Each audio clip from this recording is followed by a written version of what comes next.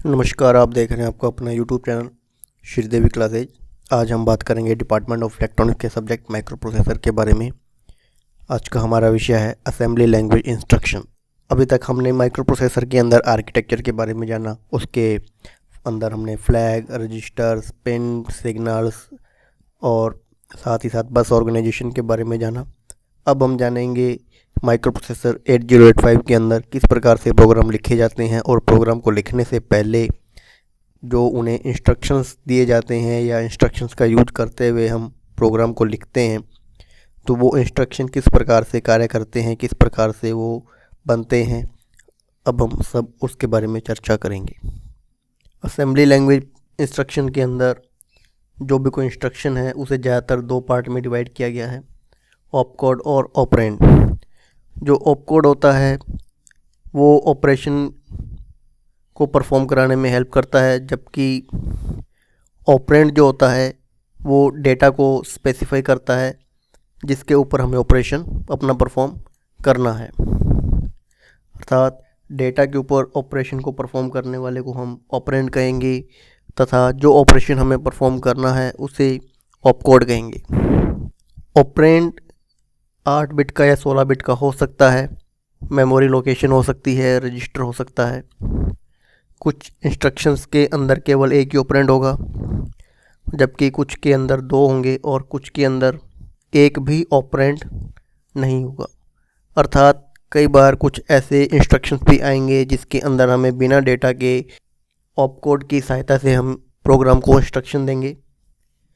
तो अलग अलग इंस्ट्रक्शंस की अब डिटेल के साथ हम इस चैप्टर में चर्चा करेंगे।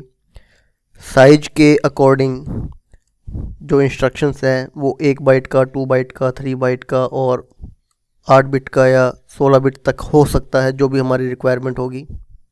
इसमें जो रिक्वायरमेंट है उस रिक्वायरमेंट के अकॉर्डिंग यह 1, 2 या 3 अलग अलग प्रकार से मेमोरी लोकेशन के अकॉर्डिंग भी हो सकता है, जिसकी व्याख्या हम इसी चैप्टर में इंस्ट्रक्शंस को एक्सप्लेन करने की बात करेंगे कि इनका जो साइज है वो मेमोरी के अकॉर्डिंग किस प्रकार चेंज होता है और किस प्रकार से हम अलग अलग इंस्ट्रक्शंस को आइडेंटिफाई कर। Complete instruction set of 8085 micro processor.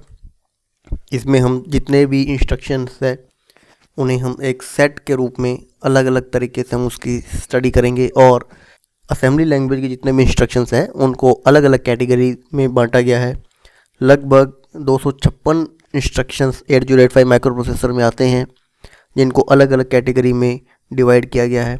जब इन्हें डिवाइड किया गया तो इसमें ज़्यादातर जो भी कोई डेटा कॉपी के जो इंस्ट्रक्शन थे, ऑपरेशन थे, उन्हें अलग किया गया। इनपुट आउटपुट के इंस्ट्रक्शंस को अलग किया गया। इसमें फिर अर्थमेटिक ऑपरेशन जिनमें लगा सकते थे जैसे कि प्लस माइनस का या मल्टीप्लिकेशन का, तो उनको हमने थर्ड कैटेगरी में डिवाइड किया। फिर इसी प्रकार से हमने जिसमें लॉजिकल ऑपरेशंस लगाए जा सकते थे, अर्थात जिसमें हम कोई और गेट, एंड गेट तथा नॉट गेट आदि का जिसमें हम प्रयोग कर सकते थे, उन्हें हमने लॉजिकल ऑपरेशन के थ्रू हमने एक अलग से फोर्थ कैटेगरी में रखा।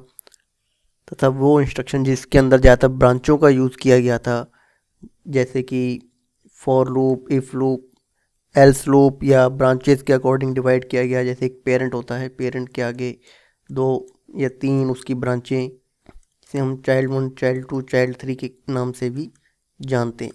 तो कुछ इस प्रकार से जो ब्रांचेस टाइप के जो ऑपरेशन थे या ब्रांचेस टाइप के जो इंस्ट्रक्शन सेट जो ब्रांच टाइप का प्रोग्राम को लिखने में हमारी हेल्प करते थे, उन्हें हमने अलग किया। फिर थे मशीन कंट्रोल ऑपरेशन। कुछ ऐसे ऑपरेशन थे जो कंट्रोल करने कार्य कर रहे थे मशीन लेवल लैंग्वेज को या मशीन टाइप के ऑपरेशंस को, उन्हें हमने अलग रखा। और अंत में हमने रखा स्टैक ऑपरेशन कि किस प्रकार से मेमोरी के अंदर हमें स्टैक ऑपरेशंस को परफॉर्म करवाना है और उस स्टैक ऑपरेशन को परफॉर्म करवाने के लिए जो भी कोई इंस्ट्रक्शंस होंगे उन्हें हमने अलग कैटेगरी। इस प्रकार हमने कुल टोटल 7 कैटेगरी के अंदर हमने अपने टोटल असेंबली लैंग्वेज के जितने भी इंस्ट्रक्शंस हैं उन्हें डिवाइड किया।